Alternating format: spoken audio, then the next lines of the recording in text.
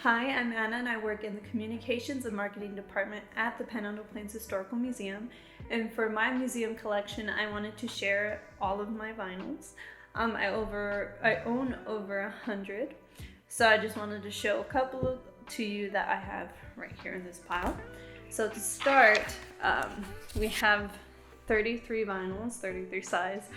This is the typical one that you see like at the store that you buy. That one was a Christmas present from my dad. And then we have this. These are the older ones, 78.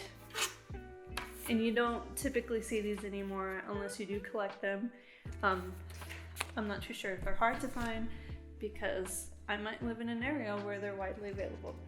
Next is the 45. If you want to play this on a turntable, you will need an adapter, but here it is without the adapter. And then to get into the vinyls, to start, I have Bold as Love by Jimi Hendrix and The Experience. I grew up listening to this one, but I also really like it because of the album artwork. So you have the front here, but if we open it up inside, it looks pretty plain. But if we extend the whole thing out, flip it back over, you see that really cool artwork and that really cool design. Next up is Venus and Mars, Wings. So this is Paul McCartney's band that he created after the Beatles. This one is not in great shape, but the reason why I show it to you is because sometimes vinyls came with stickers or, collectibles and all that, inserts and stuff. And if you do find old ones, they're typically not in there. But this one was given to me by my dad, and he had found one with some of the inserts that were still available. So you have this right here, you have a couple of posters, and then you have a sticker.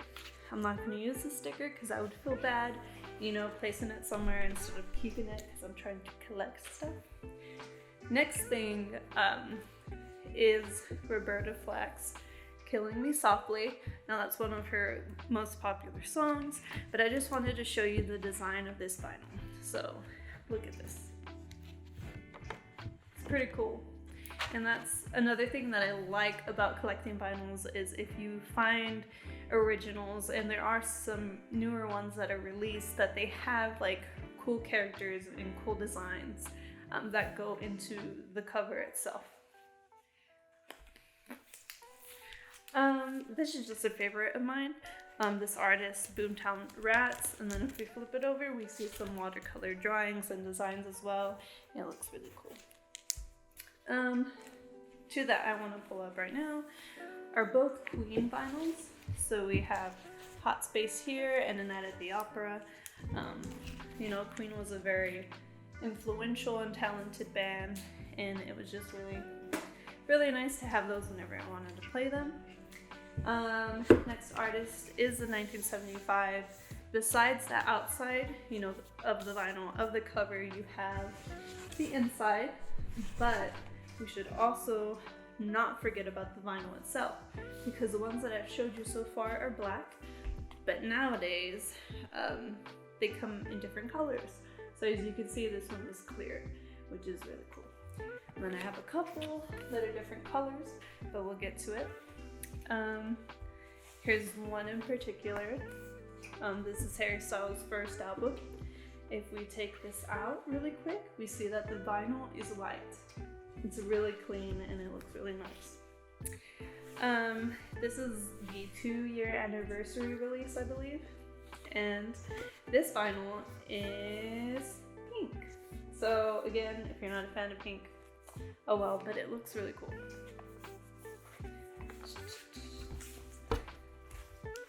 Let's see.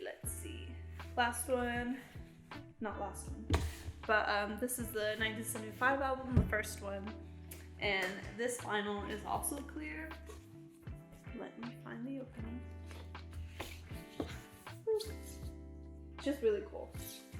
It goes into the album, the album design, the album character, the feel of the album.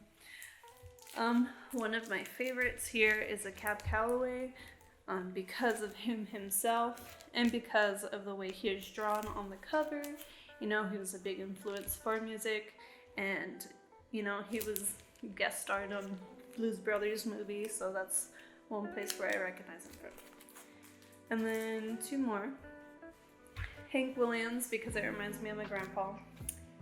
And then the second one is Carl Perkins. This one's in a little bit worse shape, I guess. It will fall right through, as you can see.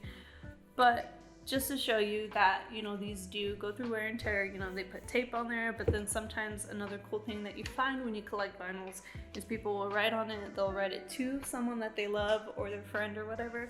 And it's a little neat to find those and to see, you know, people dedicate this whole album to someone because it reminds them of that person.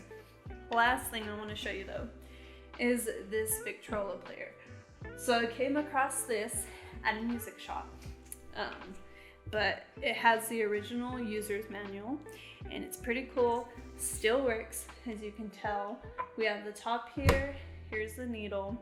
I can take it out and everything, where I keep my needles, and then this is where the 78s come into play. They fit right on here and they'll play. If I line this handle up on the side, it'll line the turntable up and it'll start playing. These doors here are where the speaker is at, so if I open them up, it gets louder. If I close them, it's kind of a little muffled, but it is quieter. But this is something that I'm really proud to own. Other than that, thank you guys for watching this video. Thank you for listening to me talk about my vinyls. But yeah, just share some of your vinyls down in the comments. Maybe one of your favorite ones. Maybe you own one that's in terrible shape, but you keep it anyways because you love it that much. But again, thank you for watching, and yeah, please share your vinyls.